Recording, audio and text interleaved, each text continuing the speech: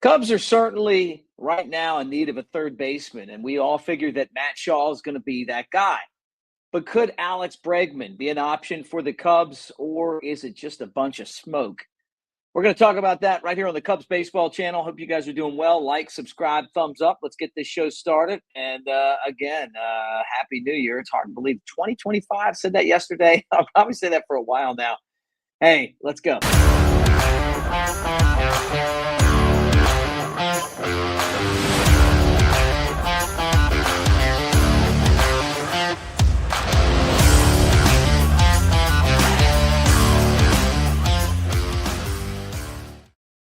Oh, surprise, surprise. Look, now I'm in a bar at Wrigley.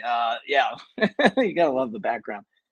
Alex Bregman, according to Jon Hayman, basically made a comment that he wouldn't be surprised if Bregman ended up with the Cubs. And I like think highly of Jon Hayman and all, but there's no chance that he's going to end up with the Cubs. I mean, it's absolutely out of the question with everything that we've seen this team do as far as spending. They haven't wanted to spend any money. They had to sell their best player, their second best player, away because of money, and maybe because he didn't have a position to be able to go out and sign pitching, and we'll see what else. And Alex Bregman is a big ticket item. And it got me thinking, and we'll talk a little bit about Bregman, but it got me thinking that just about the Cubs strategy in the Kyle Tucker trade. And I want to get into that in a second, but Bregman could get a huge offer. That the money's been flying around this offseason, obviously after Juan Soto. And they're saying that, he's in the neighborhood of, 6 or 7 years. And $200 million or more, right? So, would that be something that the Cubs would be willing to do, right? I mean, and he's a champion. I mean, look, it would be great to have him. Can you imagine throwing him in the mix as a player for the Cubs with his other teammate that was a World Series champion with him, Kyle Tucker? It'd be really interesting. I just don't think that it will happen. And what's even amazing to me is just a side note to think that Jason Hayward is still the highest paid contract that the Cubs have ever had. I mean, you got to go out and sign somebody just for more money, just to get that bad taste out of your mouths, as a front office. And I think it still looms over. I'm sure Theo Epstein probably is the guy that was behind that deal. And the Cubs did win a World Series. I mean, so it's not all bad, but Hayward and the deal that he got is still amongst one of the worst deals that I can remember. I don't want to say in baseball history because there's been some worse deals, but in Cubs history, I think you could probably argue that it's the worst deal that they ever made, because you paid a guy to basically hit eighth or ninth and, just not do much at all at the plate, be a very bad, hitter. But a good outfielder and all that stuff. I don't know, but still, he didn't justify the money. And now, you're in a spot where you're trying to figure out who's going to play third base. And this is what going and looking at the Kyle Tucker deal. And at first, I didn't really think about this. And then, the more I started thinking about it, I was like, and I'm not saying it's a bad trade. I think the Cubs had to do something, and you need a star player. But you also, if the guy turns out to be a star, you need to go ahead and pay him as a star player. And that's something that we'll see if they'll do or not. But so here's the thing. Okay, so you trade Isaac Paredes, right? And then you throw in Cam Smith. Well, Cam Smith is a third baseman. You drafted him in the first round to play third base.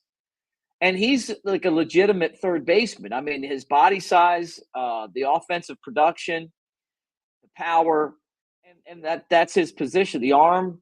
And now we're going to ask Matt Shaw to play third base. And, some people question if the position is too big for him. I mean, can he play it? Yeah. But is he an everyday third baseman? Does he have the body and the power to play that? I'd say he's more of a second baseman.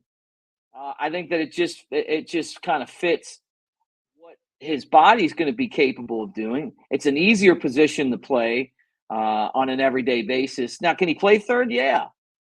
But just kind of going back and looking at it, and I don't know what the specifics were of the Cubs trade or potential deal what they were working out with Tucker before they figured it out. Right, they were going to have to give up one of their big prospects, and he's more of a question mark Smith than Triantos or Shaw.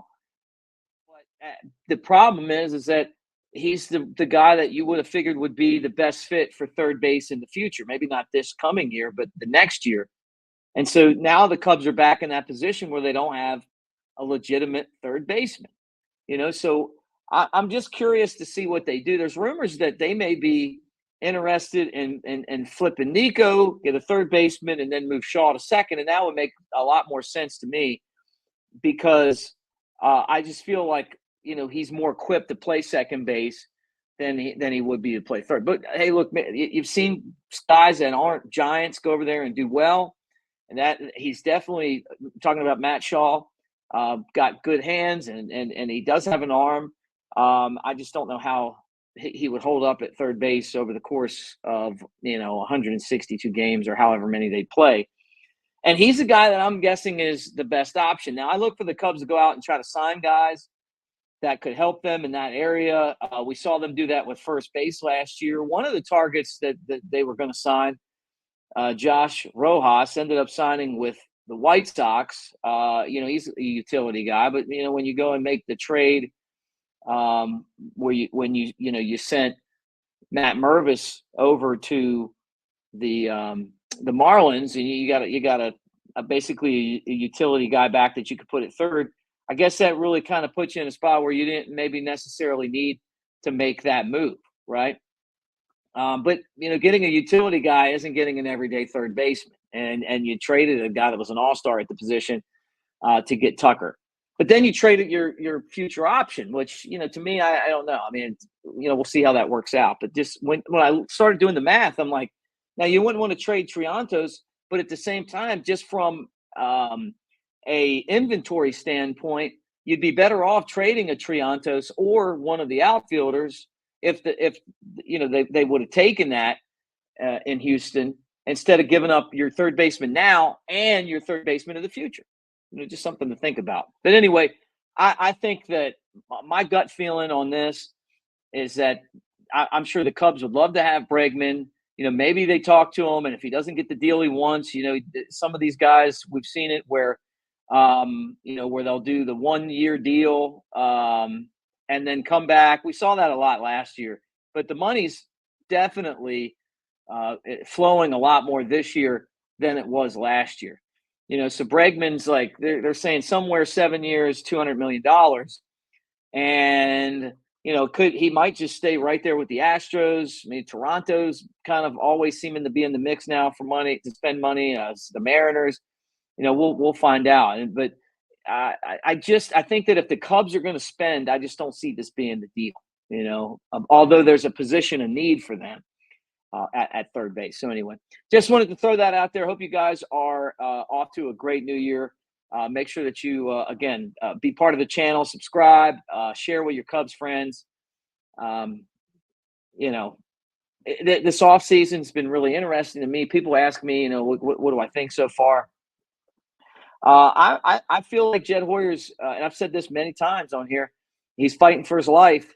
And so he needs some wins, and we talked about Roki Sasaki yesterday and the potential that he could sign with the Cubs. Maybe they're a dark horse. Everybody's predicting the Dodgers, and that would make a lot of sense. I mean, if he's a Ohtani or Yamamoto fan, he could slide right in there with those guys and be in that rotation, But the Cubs would love to have him too.